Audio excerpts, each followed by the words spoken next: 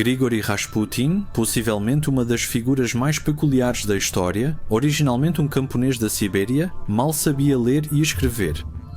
Mas ele se torna um pregador itinerante muito influente, chega até a família do czar e se envolve na política. Como ele chegou tão longe ainda é uma questão central não totalmente esclarecida para muitos historiadores. Com seu carisma extraordinário, seus olhos penetrantes e apresentações teatrais, ele seduzia as pessoas. Ele exercia uma atração irresistível sobre as mulheres e organizava orgias sexuais. Era famoso por seu desejo insaciável por mulheres. Apesar de sua aparência demoníaca e desleixada, ele tinha sucesso, e vai além disso. Dizem que ele possuía habilidades sobrenaturais. Ele se autodenominava santo e curandeiro. Mas ele e suas ações são altamente controversos. Em alguns círculos, ele é chamado de Diabo Russo ou Anticristo. O que está por trás disso? Quem foi esse homem e qual era o seu segredo?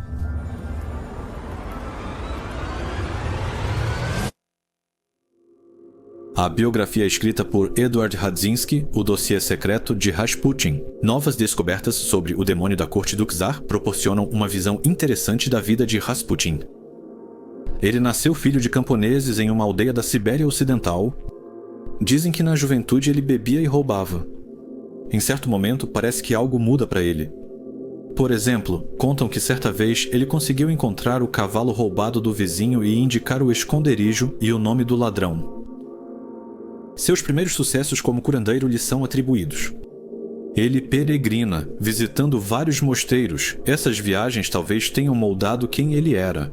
Ele é descrito como uma pessoa muito misteriosa. Alguns já acreditavam naquela época que ele havia feito um pacto com o mal. Ele foi acusado de seguir os Klusten, conhecidos como flagelantes, uma seita com elementos estáticos que não reconhecia as práticas da Igreja Ortodoxa. Ele se afastou cedo do modo comum dos cultos religiosos e se tornou uma pessoa controversa. Quando falamos sobre pessoas santas ou profetas, pensamos em pessoas que se mantêm afastadas dos pecados. Mas aqui estamos falando de uma pessoa que pecou conscientemente.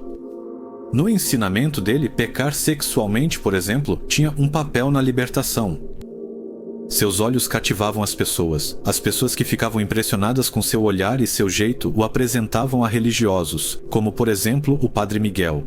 Assim, por meio de uma carta de recomendação, ele pode se apresentar a altos religiosos em São Petersburgo, como o Padre Teófanes. Em 1904, o camponês magro e desleixado chegou a São Petersburgo, onde havia mais oportunidades. Logo, ele e suas supostas habilidades viram assunto na cidade, mas será que eram reais? Será que ele sabia técnicas que ninguém conhecia e que ainda são desconhecidas? Será que ele dominava a técnica da hipnose, praticava magia negra ou era um charlatão?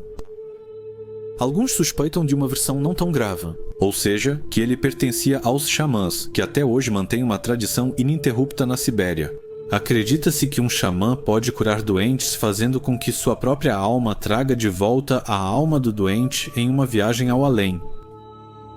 Seja como for, talvez seu maior sucesso e, com isso, a porta para a grande fama. Foi o caso quando Rasputin foi chamado à corte do czar para curar o filho do czar, Alexei. Ele sofria de hemofilia e tinha sangramentos. Os médicos estavam impotentes. Rasputin era a única esperança. Testemunhas e médicos da época confirmam que Rasputin parou sangramentos de forma inexplicável diversas vezes, apenas com seu olhar hipnótico, sem sequer tocar no menino. Os Tsars já acreditavam que Rasputin era a resposta às suas preces, um santo. A alegria e a fé fizeram ignorar o estilo de vida sombrio de Rasputin, marcado por devassidão sexual e alcoolismo. Ele era um santo estranho, mas conseguia convencer as pessoas. Em 1914, ele se mudou para um apartamento perto do palácio do czar. Até decisões políticas eram decididas com conselhos de Rasputin, mas ele também tinha seus inimigos. Conspiradores tentaram matá-lo várias vezes enquanto sua ligação com a família do czar se fortalecia. Ele havia chegado ao topo e talvez tenha ido longe demais. espalhou-se o boato sobre um relacionamento sexual com a czarina. Monarquistas conservadores queriam eliminar Rasputin definitivamente. Quando ele voltou uma vez para sua aldeia natal, foi vítima de um ataque com faca. Ele sobreviveu a isso.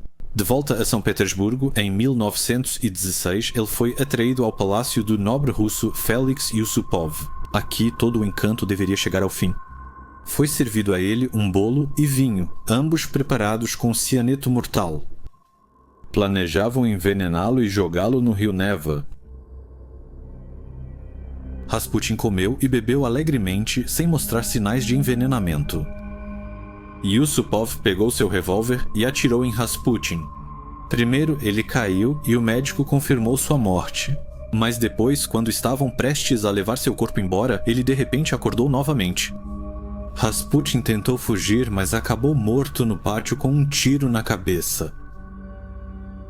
Ele foi então jogado em um buraco no gelo. Seu corpo desfigurado foi encontrado.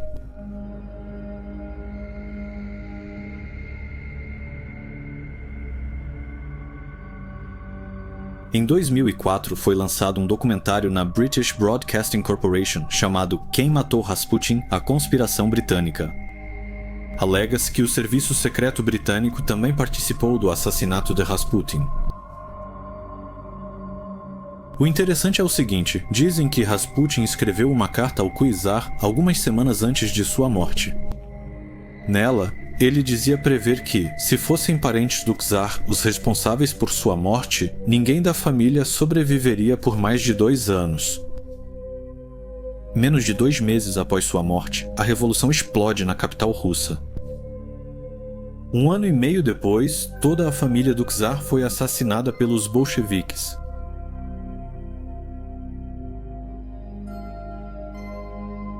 Rasputin ainda é um mistério para nós. Sob o novo governo revolucionário, o corpo do Santo Diabo, como ele às vezes é chamado, foi desenterrado e queimado.